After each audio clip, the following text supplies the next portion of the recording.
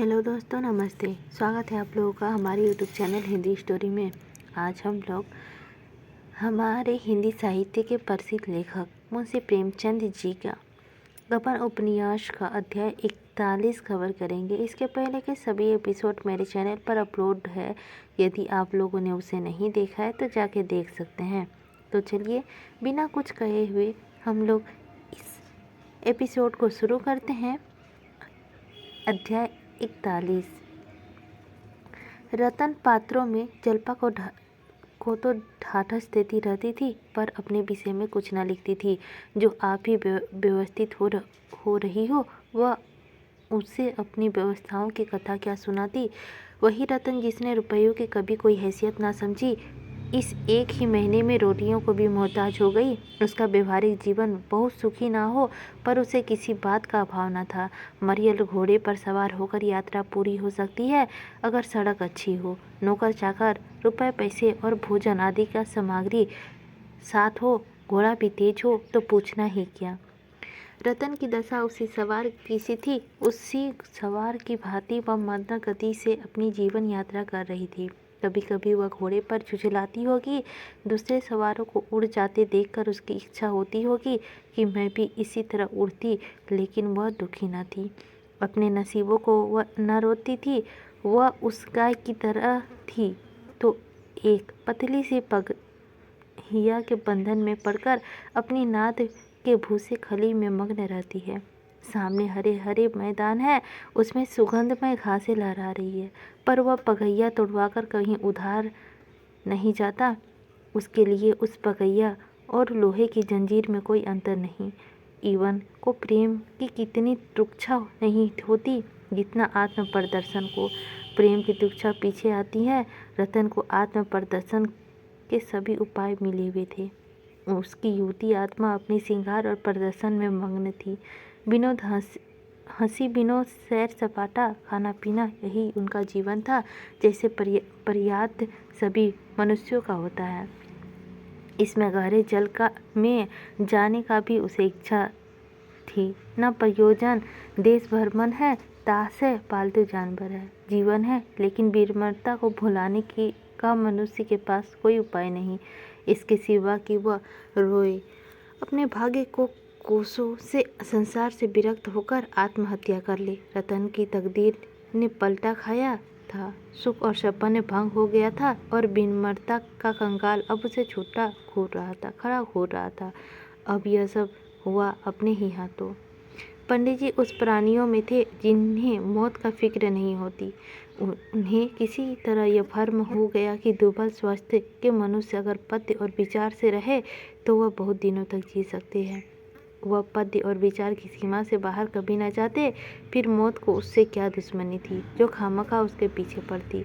अपनी वसीयत लिख डालने की ख्याल उन्हें उस वक्त आया जब वह मरणासन हुए, लेकिन रतन वसीयत के नाम सुनते ही इतनी शोकातुर, इतनी भयभीत हुई कि पंडित जी ने उस वक्त टाल जाना ही उचित समझा। तब से फिर उन्हें इतना होश न आया कि वसीयत लिखवाते। पंडित जी के देहांत के बाद रतन का मन इतना विरक्त हो गया कि उसे भी अब सुध-बुध न रही। यह वह अवसर था जब उसे विशेष रूप से सावधान रहना चाहिए था। इस भांति सतर्क रहना चाहिए था मानो दुश्मनों ने उसे घेर रखा हो। पर उसने सब कुछ मणिभूषण पर छोड़ दिया और उसी मणिभूषण ने धीरे धीरे उसकी सारी संपत्ति अपहरण कर ली। ऐसे ऐसे षड्यंत्र रचे कि सरला रतन को उसके कपट व्यवहार का आभास तक ना हुआ। फंदा जब खूब कस गया तब उसने एक दिन आकर कहा, आज बंगला खाली करना होगा, मैंने इसे बेच दिया है। रतन ने जरा तेज होकर कहा, मैंने तो तुमसे कहा था कि मैं अभी बंगला ना बेचूंगी। मणिभूषण ने विनय का आवरण उतारकर फेंका कि जयो तैयारियां चढ़कर बोला, आप में बातें भूल जाने की बुरी आदत है। इसी कमरे में मैंने आपसे यह जिक्र किया था और आपने हामी भरी थी। जब मैंने बेच दिया तो आप यह स्वांग खड़ा करती है, बंगला आज खाली करना होगा और आपको मेरे साथ चलना होगा। मैं अभी यहीं रहना चाहती हूँ, मैं आपको यहाँ ना रहने दूँगा। मैं तुम्हारी लौंडी नहीं हूँ। आपकी रक्षा का भार मेरे ऊपर है। अपने कुल और मर्यादा रक्षा करने के लिए मैं आपको अपने साथ ले जाऊँगा। रतन ने होठ चबाकर कहा, मैं अपनी मर्यादा की रक्षा कर सकती हूँ, तुम्हारी मदद की जरूरत नहीं। मेरी मर्जी के बगैर तुम यहाँ कोई भी चीज़ नहीं बेच सकते। मणिभूषण ने वर्ज सा मारा, आपका इस घर पर और चाचा जी की संपत्ति पर कोई अधिकार नहीं। वह संपत्ति मेरी है। आप मुझसे केवल गुजारे का सवाल कर सकती है। रतन ने विस्मित होकर कहा, तुम कुछ भांग तो नहीं खा गए हो? मणिभूषण ने कठोर स्वर में कहा, मैं इतनी भांग नहीं खाता कि बेसिर पैर की बातें करने लंगूब। आप ही पढ़ी लिखी हैं, एक बड़े वकील की धर्मपत्नी थी, कानून की बहुत सी बातें जानती होगी। सम्मिलित परिवार में विधवा का अपने पुरुष का संपत्ति का कोई अधिकार नहीं होता। चाचा जी और मेरे पिताजी का अब कभी अलगोचा नहीं हुआ। चाचा जी यहाँ थे, हम लोग इंदौर में थे, पर इसमें से नहीं सिद्ध होता कि हम अलगोचा था। अगर चाचा का संपत्ति आपको देना चाहते तो कोई वसीयत अवश्य लिख जाते। वह यथापि वसीयत कानून के अनुसार कोई चीज़ ना होती, पर हम उनका सम्मान करते। उनका कोई वसीयत ना करना साबित कर रहा है कि वह कानून के साधारण व्यवहार का कोई वादा ना डालना चाहते थे। आज आपको बंगला खाली करना होगा, मोटर और अन्य वस्तुएं भी नीलाम कर दी जाएगी। आपकी इच्छा हो तो मेरे साथ चले या रहे। यहाँ रहने के लिए आपको 10-11 रुपये का मकान काफ़ी होगा। उजारे के लिए 50 रुपये महीने का प्रबंध मैंने कर दिया है। लेना देना चुका दे लेने के बाद इससे ज़्यादा की गुंजाइश ही नहीं। रतन ने कोई जवाब ना दिया। कुछ देर वह हदबुद्धि से बैठी रही, फिर मोटर मंगवाई और सारे दिन वकीलों के पास दौड़ती फिरी। पंडित जी ने कितने ही वकील मित्र थे, सभी से उनका वृत्तांत सुनकर खेद प्रकट किया और वकील साहब की वसीयत ना लिख जाने पर हैरत करते रहे। अब उनके लिए एक ही उपाय था, वह यह सिद्ध करने की चेष्टा करे कि वकील साहब और उसके भाई ने अलोंगी हो गई है। अगर यह सिद्ध हो गया तो सिद्ध का जाना बिल्कुल आसान था, तो रतन ने उस संपत्ति की स्वामिनी हो जाएगी। अगर वह यह सिद्ध न कर सकी तो उसके लिए कोई चारा न था। अभागिनी रतन लौट आई। उसने निश्चय किया कि जो कुछ मेरा नहीं है उसे लेने के लिए मैं झूठ क्यों सह लूँगी, किसी तरह नहीं। मगर मेरा कानून बनाया किसने? क्या स्त्री इतनी नीच, इतनी तुच्छ, इतनी नागनीय है? क्यों? दिन भर रतन चिंता में डूबी मौन बैठी रही। इतने दिनों वह अपने घर में इस घर की स्वामिनी समझती रही। कितनी बड़ी भूल थी। पति के जीवन में जो लोग अपने मुंह ताकते थे वे आज उसके भाग्य के विधाता हो गए। यह घोर अपमान रतन जैसी मालिनी स्त्री के लिए असहाय था। माना कमाई पंडित जी की थी, पर यह गांव तो उसी ने खरीदा था। इसमें से कई मकान तो उनके सामने ही बने। उसमें से यह क्षण के लिए भी ख्याल ना किया कि एक दिन यह जायदाद मेरी जीविका का आधार होगी। इतनी भविष्य चिंता वह कर ना सकती थी। उसे इस जायदाद को खरीदने में, उसके संवारने और सजाने में वही आनंद आता था जो माता अपनी संतान को फलते फलते देखते पाती है। उसके स्वार्थ का भाव न था, केवल अपनेपन का गर्व था। वही ममता थी। पर पति की आंखें बंद होते ही उसने पाले और गोद में खिलाए बालक भी उसकी गोद से छीन लिए गए। उन पर कोई अधिकार नहीं। अगर वह जानती कि एक दिन यह कठिन समस्या उसके सामने आएगी तो वह चाहे रुपए को लुटा देती या दान कर देती, पर संपत्ति की कील अपनी छाती ना गाड़ती। पंडित जी को ऐसी कौन सी बहुत बड़ी आमदनी थी? क्या गर्मियों में वह शिमले ना जा सकती थी? क्या 2-4 और नौकर ना रखे जा सकते थे? अगर वह गहने ही बनवाती तो एक एक मकान का मूल्य का एक एक गहना बनवा सकती थी। पर उसमें इन बातों की कभी उचित सीमा से आगे ना बढ़ने दिया। केवल यही सौपन्य देखने के लिए, यही सौपन्य, इसके सिवा और क्या? और था ही क्या? जो कल उसका था उसकी ओर आज आंखें उठाकर वह देख भी नहीं सकती। कितना महंगा था वह सौपन्य! आह, अब वह अनाथिनी थी। कल तक दूसरों से भीख देती थी, आज उसे खुद भीख मांगनी पड़ेगी और कोई आश्रय नहीं। पहले भी वह अनाथिनी थी, केवल भरमवश उसने स्वामिनी समझ रही थी। अब उसे भरम का सहारा भी नहीं रहा। सहारा विचारों ने पलटा खाया। मैं क्यों अपने को अर्धांगी समझ रही हूँ? क्यों दूसरे के द्वार पर भीख मांगूं? संसार में लाखों ही स्त्री अपनी मेहनत मजदूरी करके जीवन का निर्वाह करती है। क्या मैं कोई काम नहीं कर सकती? मैं कपड़ा ही नहीं सी सकती? नहीं, किसी चीज़ की छोटी मोटी दुकान नहीं रख सकती, लड़के भी पढ़ा सकती हूँ।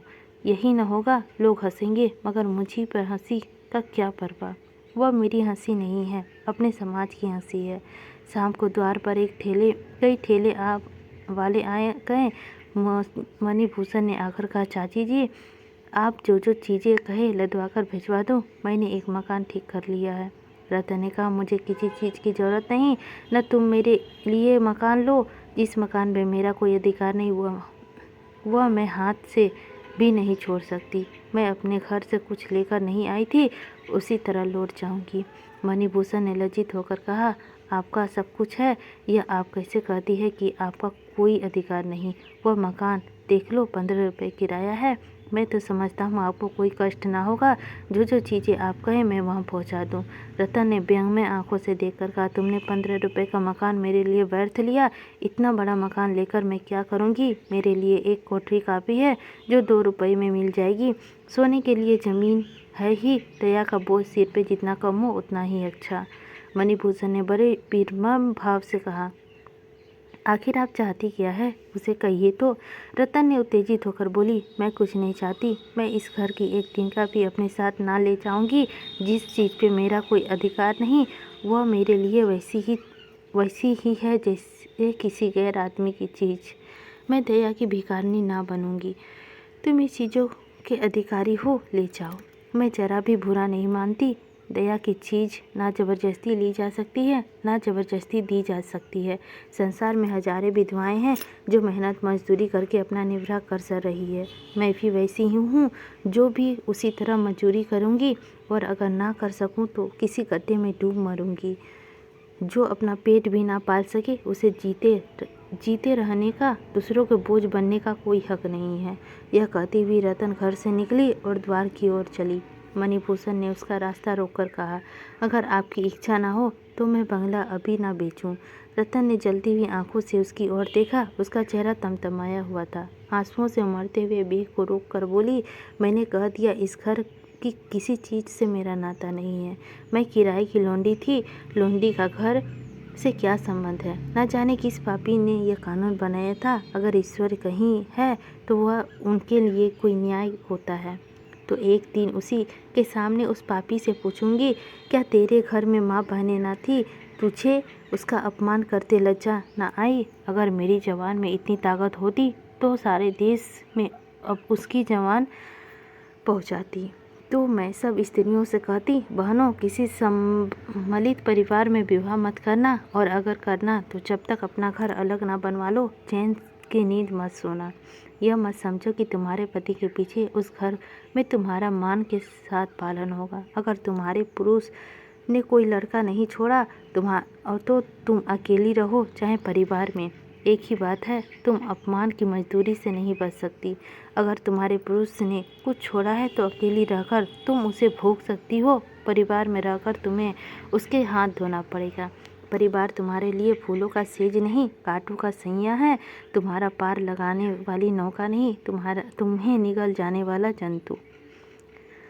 संध्या हो गई थी। गत से भरी हुई फागुन की वायु चलने वाली का आंखों में धूल झोंक रही थी। रतन चादर संभालते हुए सड़क पर चली जा रही थी। रास्ते में कई परिचित स्त्रियां ने उसे टोका। कोई ने अपनी मोटर रोक ली, उसे बैठने को कहा, पर रतन ने उनकी सहृदयता के समय बांध सी लग रही थी। इस समय वह तेजी से कदम उठाती हुई जल्पा के घर चली जा रही थी। आज उसका वास्तविक जीवन आरंभ हुआ था। इसी के साथ हमारा 41 अध्याय समाप्त होता है। अगले एपिसोड में हम लोग 42 कवर करेंगे। लेते हैं दोस्तों आप लोगों से विदा। मिलते हैं अगले अध्याय 42 लेकर आप लोगों के समक्ष।